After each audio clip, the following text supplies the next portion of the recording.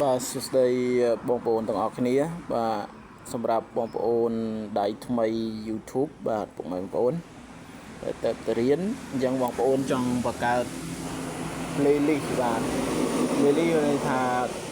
កម្រងឯកសារដែលយើងត្រូវទុកយើងដាក់វីដេអូចូលម្ដុំន័យថាយើងចង់បរៀនពីស្អីមួយយើងមានមេរៀនទី1ទី2អញ្ចឹងទៅយើងដាក់កុំអោយញ៉ៃបាទអញ្ចឹងយើងអាចបង្កើតជា playlist បានដើម្បីយើងដាក់បណ្ដុំវីដេអូភាគ1ភាគ2ដល់ភាគ10និយាយទៅមកចប់បាទ playlist អញ្ចឹងយើងចូលមកកាន់ YouTube មកបាទពុកម៉ែបងប្អូនបាទយើងចូលមកកាន់កម្មវិធី YouTube ហ្នឹងបាទយើងចុចលើ YouTube នេះមកបាទតមកពុកម៉ែបងប្អូនចុចមកលើកន្លែងនេះកន្លែងអ្នកបាទយើងចុចលើអ្នកហ្នឹងមកបាទបន្ទាប់មកគឺចេញ channel នៅ YouTube របស់យើង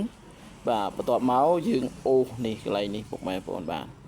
នេះដូចរបស់ខ្ញុំហ្នឹងមាន playlist មាន funny មាន short អីអញ្ចឹងមកបាទហើយនឹងការបង្កើតឬក៏មេរៀនផ្សេងអញ្ចឹងមកបាទយើងចូលមកកន្លែងហ្នឹងសម្រាប់ពុកម៉ែបងប្អូនដែលអត់ទាន់មាន playlist យើងក៏បើកមកគេវាប្រឡែងឲ្យយើងបង្កើតតែម្ដងបាទដូចខ្ញុំមានបង្កើតច្រើនខ្ញុំទាញនេះឲ្យផុតមកបាទខ្ញុំអូសអញ្ចឹងឲ្យផុតមកគឺមកណាកម្រងវីដេអូថ្មីបាទយើងកម្រងវីដេអូថ្មីនេះកន្លែងនេះយើងចុចនៅសញ្ញាលេខបូកហ្នឹងមកពុកម៉ែបងប្អូនបាទយើងចុចបែបហ្នឹងអញ្ចឹងយើងអាចដាក់ចំណងជើងអីមួយមកឥឡូវខ្ញុំដាក់ថា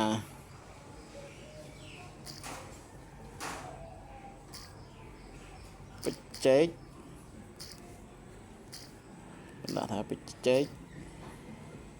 ណានេះបច្ចេកវិទ្យាលោតមកឯងចុចទៅនឹងមកយើងចង់ដាក់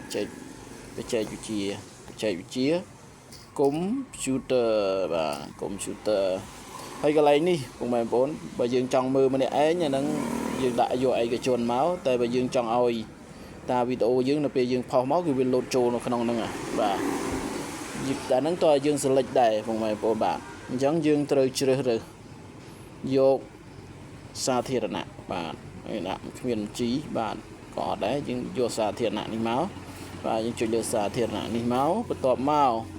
កន្លែងសហការនេះយើងចង់ដាក់សម្រាប់គេសហការជាមួយយើងក៏បានឬក៏អត់ក៏បានឥឡូវខ្ញុំយក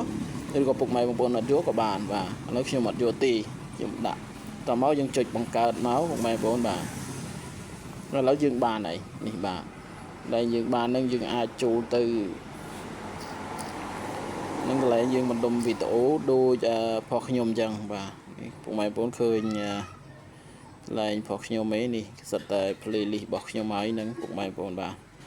ដូច funny នេះបាទកន្លែងពាក្យ funny បាទខ្ញុំsẽចុចមកមានកម្រងវីដេអូជាច្រើនបាទដូចជាការឆាមឹកឆាមីឆាទឹកភ្នែកពងទាយ៉ាងមកបាទអាហារខ្ជិលពេលយប់យើងប្រាប់យើងខ្ជិលឲ្យទៅម្ហូបបាននេះបាទសិតតែកម្រងវីដេអូដែលខ្ញុំបង្កើតឡើងបាទយើងអាចចុចមករកកន្លែងផ្សេងមកនេះកន្លែងកសិកម្មបាទខ្ញុំផុសវីដេអូពាក់ព័ន្ធនឹងកសិកម្មយើងអូសអញ្ចឹងមកពុកម៉ែបងប្អូនបាទហើយមានវីដេអូច្រើនបាទនេះពុកម៉ែបងប្អូនបាទបងស្អីកម្មវិធីហ្នឹងបាទសម្រាប់វីដេអូនេះខ្ញុំប្រាប់ពុកម៉ែបងប្អូនតែប៉ុណ្ណឹងបាទបើសិនតែមានការឆ្ងល់ឬក៏មិនពុកម៉ែបងប្អូនអាចខមមិននៅក្រោមវីដេអូបន្តទៀតបានបាទអញ្ចឹងសូមអរគុណនិងសូមជម្រាបលាជួបគ្នានៅវីដេអូក្រោយទៀតបាទ